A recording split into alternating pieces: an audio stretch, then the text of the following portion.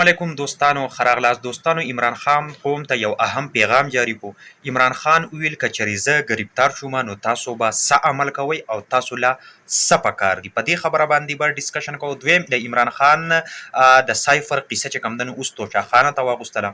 د سایفر قصه خو عمران خان مخامخ تاسو خو دی خو د توچا خان په باره کې عمران خان څه خبرې کړي چې هغه څه خبرې کړي دي. مریم نواز او د دغه خلکو چې کوم لوټمار کړی دی د توچا خان نه د هغې په باره کې هم خبرې کړي دي. او سایرا ویلي دي چې د پاکستان څومره هم ادارې دي دا د تیزابو باندې چې کوم دی لمبول پکار دي.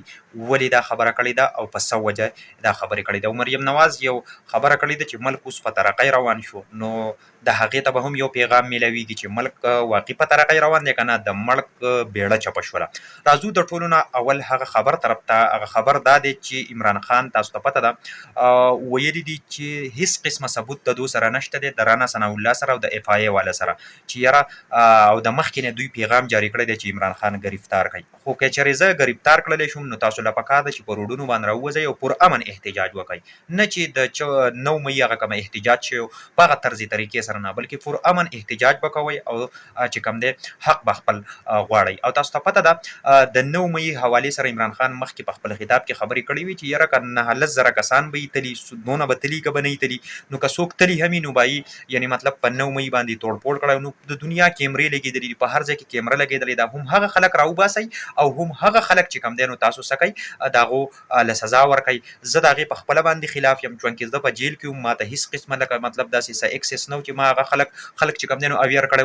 نو لهذا په هغې کې بیا چې کوم دی نو فرید هم خبره وکړه چې صرف د عمران خان د ګرفتاري چې کوم دی جج فرید چې دا د چې کومه ګرفتاري ده نو دا صرف او صرف د دغه بدنیتي ده د پولیسو بدنیتي ده. په دې کې هیڅ قسمه چې کوم دی نو مطلب دا دی څه ثبوتونه نشته دی د خلاف. او بیا خاص کر عمران خان چې کومه سلطان نیب چیرمن پاتې شوی د هغه په باره کې هم خبرې وکړې چې هغه یو ډېر ښه چیرمن او ایمانداره چیرمن و، هغه زما خلاف هیڅ قسمه کیسونه داسې نه دي جوړ کړي ځکه چې زما خلاف څه مضبوط ثبوتونه نه موجوده. نیب چیرمن له هم پکار ده چې دا سترګې وغړئ او زما خلاف داسې څه اکشنز او څه کارونه ونه.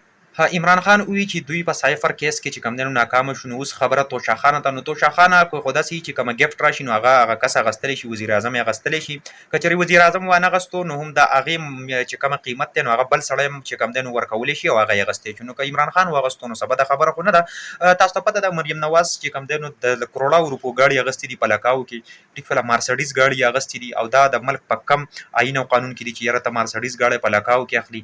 یا تاسو ته پته ده داسې کومه کمپني شته دی یا داسې کوم ملک دی چې په هغې کې مارسډیز ګاډي دومره ارزان میلاویږي.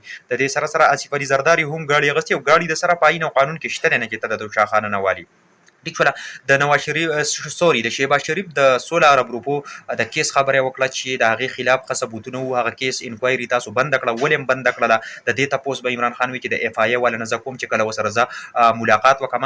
نو او د دې سره مریم نواز چې کوم پیغام جاری کړی چې یاره ملک په ترقۍ روان دی، نو مریم نواز ته دا جواب دی چې مریم نواز صاحبې تا ته پته ده چینی په 160 روپۍ کیلو دی، پېټرول چې کوم دی 280 ته رسېدلي وو. د دې سره چې کومه ډالر دی په اوپن مارکیټ کې 300 روپۍ کراس کړی وي چې دا په تاریخ کې په اوله ځل باندې دا قسم ګراني راغلي ده. دغه شان ملک تباه شوی، پروفیشنل خلک د ملک نه بهر ملک ته لاړه، دا په تاریخ کې په اوله ځل باندې دا واقعي راغلی. سایرا چې کوم دی نو د پاکستان د ادارو حوالې سره خبره کړله چې دا په تیزابو لمبول غواړي. وجه صرف او صرف دا ده چې په دې کې انتهایي کرپشن روان دی.